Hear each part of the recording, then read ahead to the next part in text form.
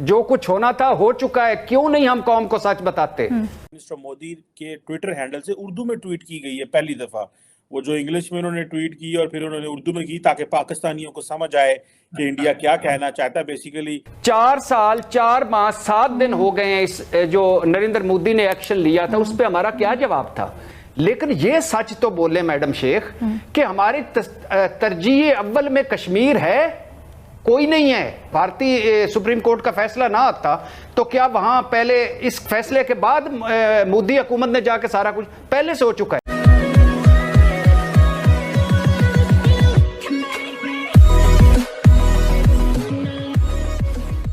नमस्कार दोस्तों, 370-35 से हटाए 4 से 5 साल हो चुके हैं, लेकिन पाकिस्तान तो जैसे वो इंडियन सुप्रीम कोर्ट की वेट करके बैठा था कि वो डिसीजन क्या देते हैं, और उनको ऐसा लग रहा था कि भी उनका डिसीजन पाकिस्तान की फेवर में ही आएगा, लेकिन आया नहीं। तो अब फिर से वो रोना शुरू कर दिए है कि भाई हमको पता ही था, और इंडियन सुप्रीम कोर्ट साहब एक्सपेक्ट भी क्या कर सकते हो, सेक्युलरिज्म भाड़ में गया वगैरह वगैरह, इस सब की बात उनको हर वीडियोज़ में देखने को मिल जाएगी।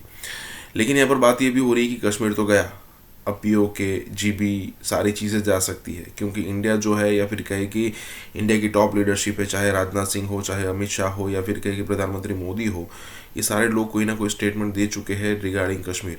और हो सकता है कि आने वाले दिनों में ये सारी चीज़ें इंप्लीमेंट कर दी जाए, और अगर कर दी जाती है तो एक दिन भी नहीं लगेगा पाकिस्तान को सुलाने में, क्योंकि उसका पिछला आर्मी चीफ वो बोल के गया है पाकिस्तान का कि हमारे पास एक जगह से दूसरी जगह टैंक्स मूव करने के लिए पैसे नहीं है, और ऐसी सिचुएशन में इंडिया के साथ कैसे लड़ेंगे।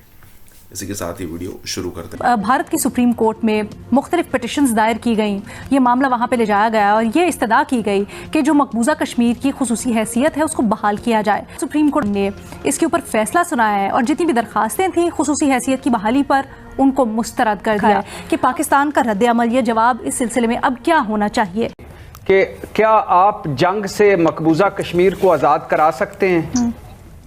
क्या आप इस वक्त इस पोजीशन में हैं कि सफारती जंग लड़कर उनकी आईनी हैसियत बहाल करवा सकें?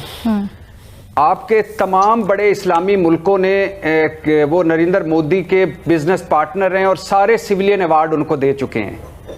क्या ऐसा मुमकिन है कि आप जाके लड़ के मकबूजा कश्मीर छुड़ाएं और अपने आज़ाद कश्मीर में शामिल करें और उसके बाद दुनिया आपको मान ले, तस्लीम कर ले?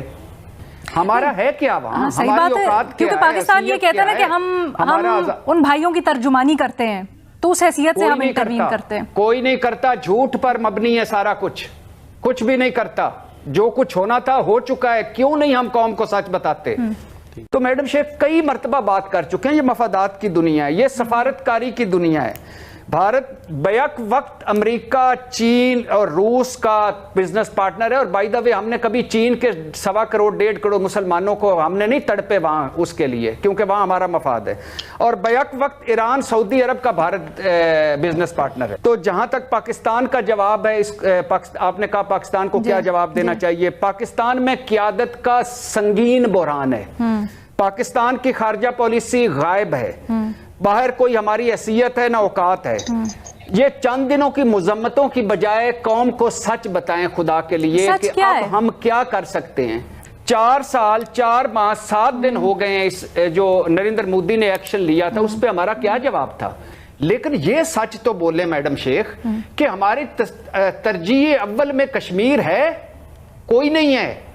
4 साल 4 माह 7 दिन में कितनी दफा हमने रिपोर्ट कार्ड में कश्मीर का सवाल रखा है। आज अगर भारतीय सुप्रीम कोर्ट का फैसला ना आता तो क्या वहां पहले इस फैसले के बाद मोदी हुकूमत ने जाके सारा कुछ पहले से हो चुका है। कितनी मरतबा डिस्कस किया है, कितनी जगहों पे जाके बोले हैं, कितने मुल्कों को जाके मिले हैं कि मेरा मकबूजे कश्मीर में मेरे मुसलमानों के साथ ये हो रहा है। और मैडम शेख क्यों झूठ बोलते हैं, कम से कम इतना तो सच बोलें। कल भारत की सुप्रीम कोर्ट ने फैसला किया है 370 पे और 35A पे भी ऑब्वियसली। आज बल्कि कल ये भी हुआ कि प्राइम मिनिस्टर मोदी के ट्विटर हैंडल से उर्दू में ट्वीट की गई है पहली दफा। वो जो इंग्लिश में उन्होंने ट्वीट की और फिर उन्होंने उर्दू में की ताकि पाकिस्तानियों को समझ आए कि इंडिया क्या कहना चाहता है। Basically we call this as a strategic communication. मैं बताना ये चाहूंगा कि जब ये 370 खत्म हुआ है उसके बाद 3 चीजें खत्म हुई थी वहां पे। कश्मीर का अपना कॉन्स्टिट्यूशन था वो खत्म हुआ, उनका अपना झंडा था वो खत्म हुआ, और क्रिमिनल कोड था उनका अपना, वो भी खत्म हो गया उसके बाद। और एक और सबसे बड़ी कंडीशन ये थी कि वहां पे कोई दूसरा बंदा जाके प्रॉपर्टी नहीं खरीद सकता था, वो भी इसके साथ खत्म हो गया। और कल जो कोर्ट ने डिसीजन लिया है उसमें उन्होंने कहा है कि ये इनका वही स्टेटस है जो दूसरी स्टेटों का है। ये जो 370 था, it was a temporary situation और that has been terminated now और दे आर फाइन। मोदी साहब ने इस पे स्टेटमेंट दी, उन्होंने कि उम्मीद की एक नई किरण आई है, अच्छा मुस्तकबिल है, यूनाइटेड भारत जो है यूनाइटेड इंडिया के लिए बहुत अच्छा हुआ है। फारूक अब्दुल्ला साहब ने कहा है कि हमारी कोशिश जारी रहेगी, बीजेपी को यहां तक पहुंचने के लिए कितने साल लगे हैं, हम भी उतने साल अपनी जद्दोजहद जारी रखेंगे। ये उनका स्टेटमेंट है। महबूबा मुफ्ती ने कहा है कि जम्मू कश्मीर के लोग अपनी जद्दोजहद नहीं छोड़ेंगे। ये 3 इसके रिएक्शन थे। अब बात करते हैं पाकिस्तान की तरफ से, तो 2-4 चीजें मैं आपको बताना चाहूंगा। ये डिसीजन तो कल आया, हफ्ता 10 दिन पहले अमित शाह साहब ने जो अपने हाउस के अंदर एक बड़ी गर्मा गर्म स्पीच दी थी, जिसमें 24 सीटें भी उन्होंने कहा था कि हम जी वो करेंगे। यहाँ ये भी मैं मेंशन करना चाहूंगा कि सुप्रीम कोर्ट के इस फैसले में ये भी है कि अगले साल के 30 सितंबर तक लोकल इलेक्शन भी कराने होंगे। अब उसमें मैं ये समझता हूं दिस इज अ सेकंड चीज थी। अमित शाह साहब का पहला था और ये सुप्रीम कोर्ट ऑप्शन। इस वक्त गाजा के अंदर जो कुछ हो रहा है आपके पास उसके लिए कोई ऑप्शन है अगर जो इसका ऑप्शन ढूंढने की कोशिश करेंगे आपके 57 फॉरेन मिनिस्टर रियाज में इकट्ठे हुए कुछ अकम्प्लिश कर सके? वहां से उठकर वो पिकनिक पे बीजिंग चले गए, वहां पे कुछ उन्होंने कुछ हासिल किया। उसके बाद न्यू दिल्ली चले गए, कुछ हासिल किया। COP 28 दुबई में हो रही है, जहां से तकरीबन 200 मील के फासले पे डेली बेस पे 1000 से 1500 फलस्तीनी मारा जा रहा है। तो आपके पास कौन से ऑप्शन होने? पिछली दफा मैं यहां मेंशन करना चाहूंगा 2019 में जब यह स्टेप उठाया गया था, OIC उसने मुंह दूसरी तरफ कर लिया था आपसे। 7 आपके जो 7 बल्कि इंक्लूडिंग आपके financiers UAE including highest civilian award Modi साहब को दे चुके हैं।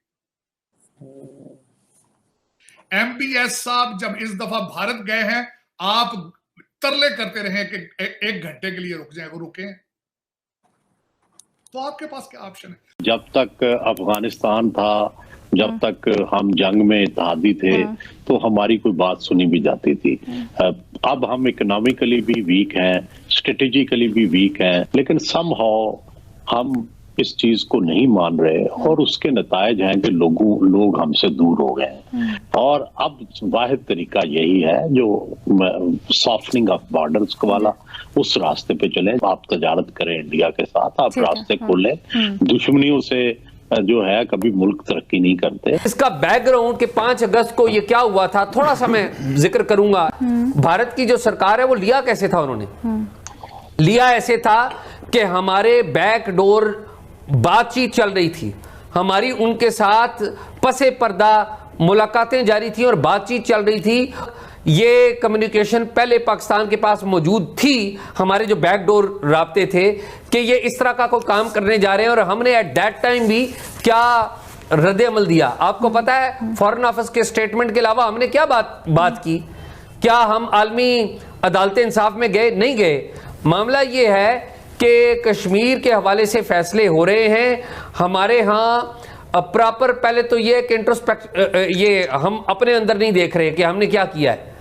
हमने इस मामले के ऊपर जो माजी में तरीकाकार इख्तियार किए वो दुनिया ने मुस्तरद कर दिए और दुनिया की मजबूरी FATF के तहत हमें भी पीछे हटना पड़ा।